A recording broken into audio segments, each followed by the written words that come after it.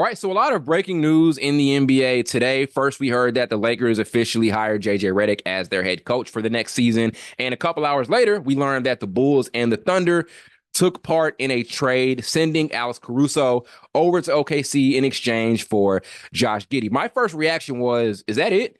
Like, I remember I kept looking through Twitter and looking through Instagram and Reddit to see if there was anything else attached to this trade, and there wasn't. It was a one-for-one player swap between Giddey and Alex Caruso. So I'm going to start here for OKC. Think about what they just got. Alex Caruso is literally one of the best defensive players in the NBA, one of the best point of attack defenders in the league. And we know how high value that type of defender is in the game today, a strong point of attack defender. That's why guys like Drew Holiday and Derek White, that's why those guys created so much value for the Celtics because of their ability to guard at the point of attack. When you're trying to stop guys like Luka Doncic or like a Kyrie Irving or like a Stephen Curry, having those guys out there is super important. OKC had a good guy, a great guy with Lou Dort, but they got even better with Alex Caruso. That's going to be a tough backcourt to try to score against. And it's very kind of reminiscent to that Celtics backcourt where it's Derek White and Drew Holiday both out there guarding at the point of attack. It's going to be very, very, very tough trying to find mismatches out here for this Oklahoma City Thunder team. And on top of that, on the offensive end, Alex Caruso isn't the ball handler and playmaker that Josh Giddey is, but he's a better shooter. So you can put him out there on the floor and expect him to make shots. Teams aren't going to try to sag off on Alex Caruso.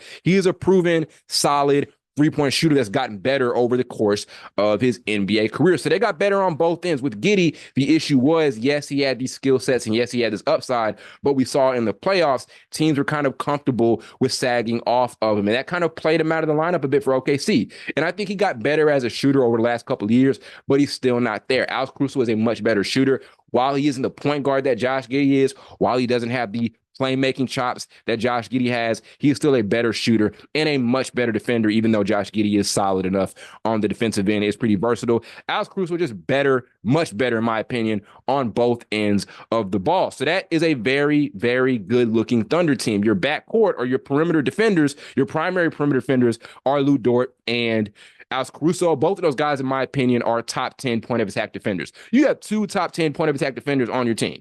Who's another team that has that? I just mentioned him earlier, the Boston Celtics and Derek White and Drew Holiday.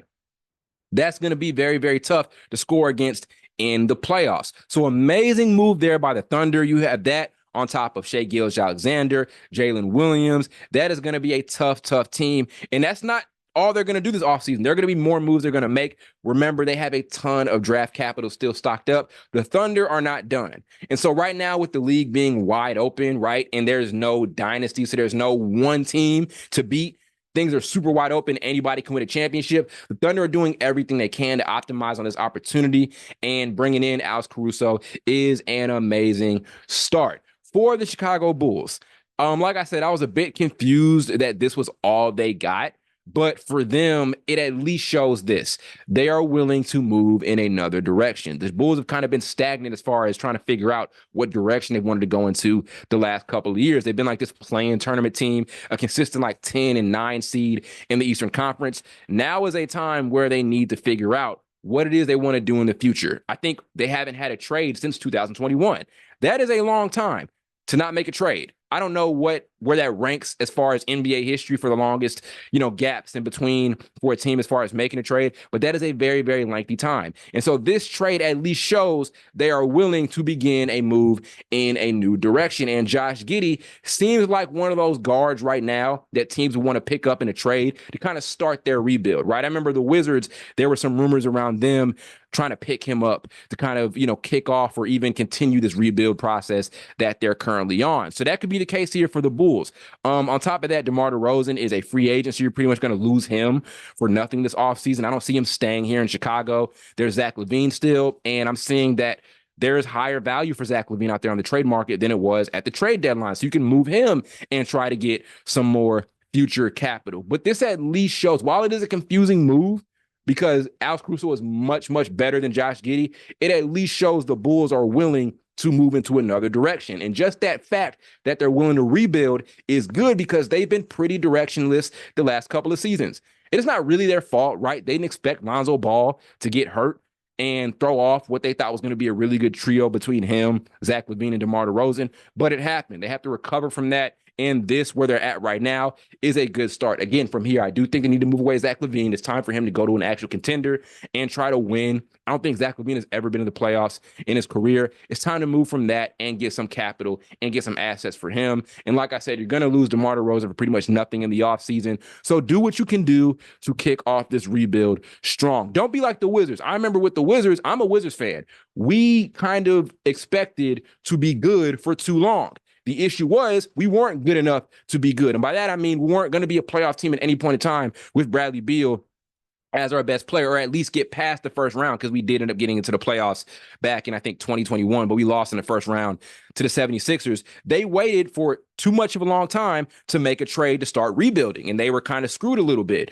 The Bulls should not wait to be in that position. So that's why I'm glad they're looking to kind of make moves now to kick off their rebuilding process. You don't want to wait. You don't want to wait for guys to completely lose their value or whatever the case may be. You don't want to screw the franchise over. So this move, at least, while it doesn't make a bunch of sense, it at least shows the Bulls are willing to go into a different direction, because there has been a few teams right now in the NBA that I'm confused about regarding where their direction is and what they want to do. And the Bulls are near the top of that list. So this move at least shows they're willing to change some things up as far as their trajectory. So great move for OKC.